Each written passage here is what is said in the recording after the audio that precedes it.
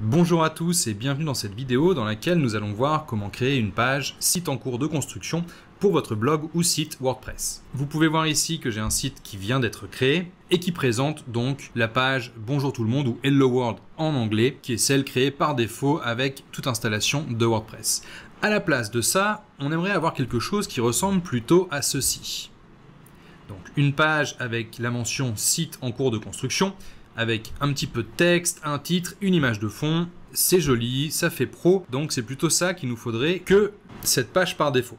Pour cela, nous allons installer un plugin. Donc je me rends tout de suite dans l'admin de WordPress, puis dans les extensions, je clique sur Ajouter. Et dans le champ de recherche, vous allez pouvoir rechercher Under Construction. Donc voilà, c'est le premier résultat, c'est donc le plugin qui est développé par WebFactory Ltd. Je vais cliquer sur Installer. Et maintenant sur Activer.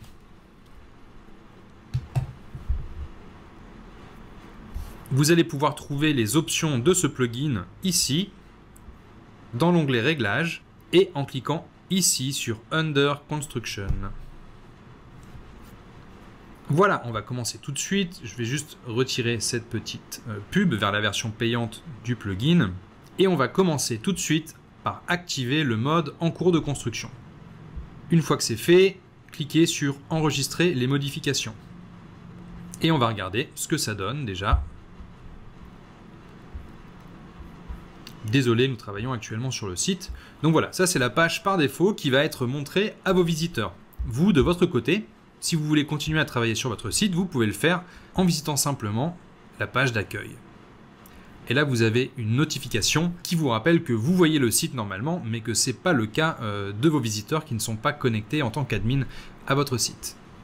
Alors, retournons dans les options. La deuxième chose à faire, c'est aller ici dans l'onglet Conception, où vous allez pouvoir choisir le thème de votre choix. Vous voyez qu'il y a certains thèmes avec une étoile, ce sont ceux qui sont réservés à la version premium du plugin. Mais allez, disons que ce thème-ci, avec le lancement de la fusée, nous plaît. Pour l'activer, il vous suffit de cliquer ici sur le bouton Activate. Rafraîchissons la page. C'est sympa. Maintenant, on va aller dans l'onglet Contenu. Alors ici, deux choses importantes. Vous avez le titre qui en fait va correspondre à la balise title utilisée sur la page. C'est important notamment pour Google. Donc il va falloir entrer ici le titre SEO de votre site. Voilà, j'ai mis un exemple comme ça d'un titre un peu optimisé, donc avec le nom de votre site et puis un mot-clé qui correspondrait à votre thématique.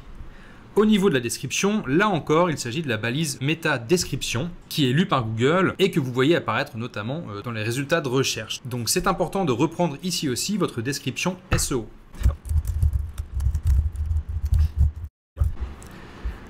Ensuite, nous avons le gros titre. Voilà, alors là, nous allons pouvoir mettre site en cours de construction, par exemple. Et puis le contenu. Merci pour votre patience, nous travaillons actuellement sur le site et il sera bientôt prêt. On va mettre ça comme ça. Et là, vous allez pouvoir enregistrer les modifications. Regardons maintenant à quoi ça ressemble. Vous pouvez voir que le gros titre a été modifié, de même que le texte ici.